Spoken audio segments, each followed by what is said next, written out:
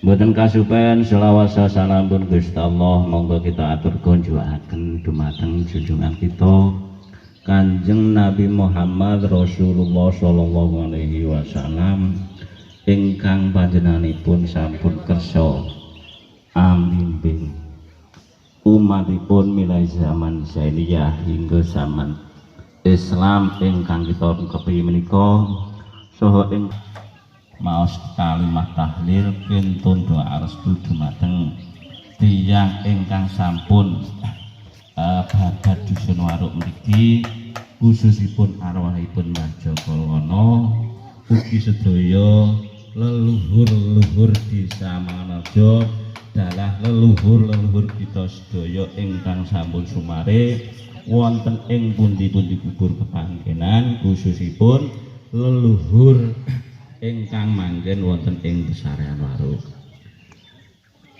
Lah pun wonten dalemipun Bapak Lurah. Menginjak acara wekdal sampun sauntawis tadi siang. Monggo kita acara kita bikak sareng-sareng kanthi waosan ta'i nasiratal mustaqim. Siratal ladzina an'amta 'alaihim ghairil maghdubi 'alaihim waladdallin.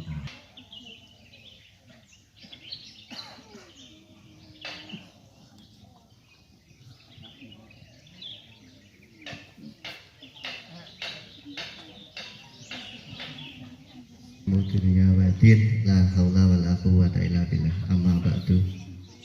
Ingkang kawula hormati sesepuh haji sepuh sedaya ingkang sampun rawuh wonten ing mriki, ingkang kawula hormati ugi Bapak Yai Zakir sama Bapak Yai Marti, lan ingkang kawula hormati ugi kanca-kanca perangkat Desa Mangarjo lan sedaya warga dusun waruk Kerdu Munggur Pendem ingkang Depok nggih niki wau saking Mbah Yai Marti kawula masrahake nggih Mbah Yai Zakir niki kula pasrah dumateng panjenengan bilih ing mriki kegiatan rutinan bersih dusun kawe nyadran mangke jenengan aturake. Namun niki pasrah ngaten tok niki. Nggih, dumateng bapak-bapak saha ibu-ibu. Mungkin niki mau kok enek grudukan nggih, dikira panjak nggih. Dados ngaten nggih Bapak saha Ibu, nggih kawula sebagai kepala desa pelantikan. Dados niki ingkang keduanipun bersih dusun kula jumeneng. Dados ing menika kula nggih nguri-nguri kebudayan, nguri-nguri adat Jawi. Ibu menika bersih dusun nyadran.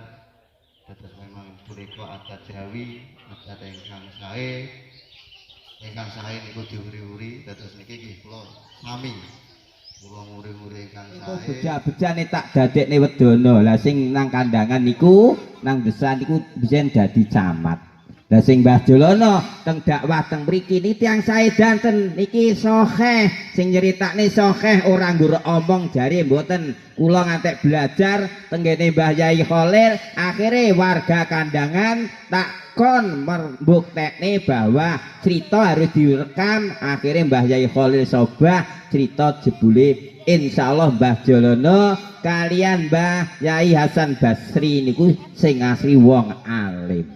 Nah, mulane teng mriki nek kalane Mbah Jogolono, Jogo Alas ana kalih Mbah Jailani. Ati Jailani, Mbah Jailani. Pramila saking punika wis awake dhewe iki karek ngenggoni duduk manis, ora melok babat dusun waruk, ora melok ndongkel tiba anake putune ayo setahun sepisan nyelameti mengenang ngenekne khol, ngenekne nyadran, ngenekne bersih dusun. Mulane niki watenan disinggung kula mriki sepindhang riyen encek-encek sing nggawa ambeng niku namung 10 ya nah, terus ndek mben meningkat kula gasak wong Mbah Jolono babat ya ana ya ini mosok ngupitik setahun gak iso netes kan gak lumrah. Lah engko nak petuan cah cilik trimo kresek gua kidul kali kono. Akhirnya alhamdulillah Pak Jare iki luar biasa. Kula hitung niki wae ketoke 90 pira iki panggange meh 100. Kula ki yo ngitung rumangsane.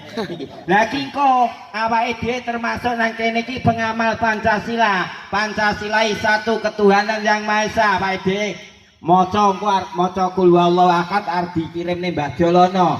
Kul huwallahu ahad katakanlah Muhammad Allah itu satu, Allah somad, Allah tempat bergantung, lam yalid walam yulad, Allah tidak beranak dan tidak diperanakkan. Walam yakulau kufuwan ahad dan tidak ada sesuatu yang menyerupai. Dadi ini awake dhewe genah Mbah Jolono ki jelas kiai santri langitan Tuban. Awake dhewe nang kene ngirim trimo panggang pitike dhewe akeh, ora duwe panggang, ora duwe pitik Pak Zakir bakul panggang oke srenek alasan.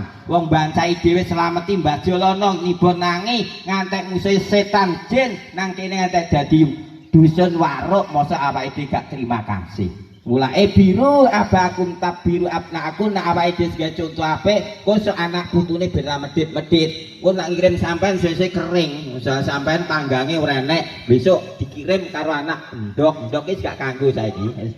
Kating dilundung misal. Lah iku Pancasila satu ketuhanan yang Maha Esa. Awake dhewe dina tahlil blenger nang kampung-kampung. Awake dhewe iki berarti pengamal Pancasilais nomor 1 satu ketuhanan yang Maha Esa. 2 kemanusiaan yang adil dan beradab. Awake dhewe iki manusia kemanusiaan. Jadi awake dhewe iki memang manusia. Mulai nek wong mati senajan wong mati sedina 3 dina 7 dina 40 100 pendak sepisan pendak pindho pendak sewune sehingga akhir dipendaki kaya Mbah Jolono iki karo anak putune setahun pisan jenenge khol utawa nyagran. Iki jenenge pancen kemanusiaan. Aja kalah karo kebo sapi. Awake dhewe sapi ndek kebo mbayek didawetne digekne buceng sego kulup. Lah mosok awake dhewe kalah karo kebo sapi. Insyaallah manusia niki manusiawi. Sok-sok kan enek eno awake dhewe diteri anggere nang babaran kebo sapi mbayek diteri saking awake dhewe ragune ndek wedhus iki lho. Lah ora ndek sapi kok ider dawet wedhusku mbayek gaene diwehi wong. Lho wedhus mbayek barang diteri iki saka kemanusiaan yang adil dan beradab yang nom hormat tuwek hormat nom duduk saling rendah tinggi saling berdiri saling tinggi. Dados awake dhewe iki insyaallah kemanusiaan yang adil dan beradab. Persatuan Indonesia alhamdulillah durung enek ndek ben. Pas nyadran dilalah Pak Lurah pelantikan masalah kula. Lah iki persatuan Pamong Desa Mangun Harjo berserta rakyat saking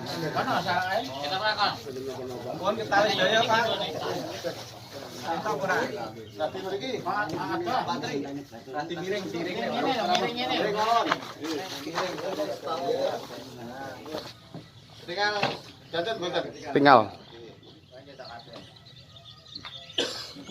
Aku kirimnya aku badan ini gajah kayak bebas nggih, jempol nggih. Jempol nggih. Nah, pun. pun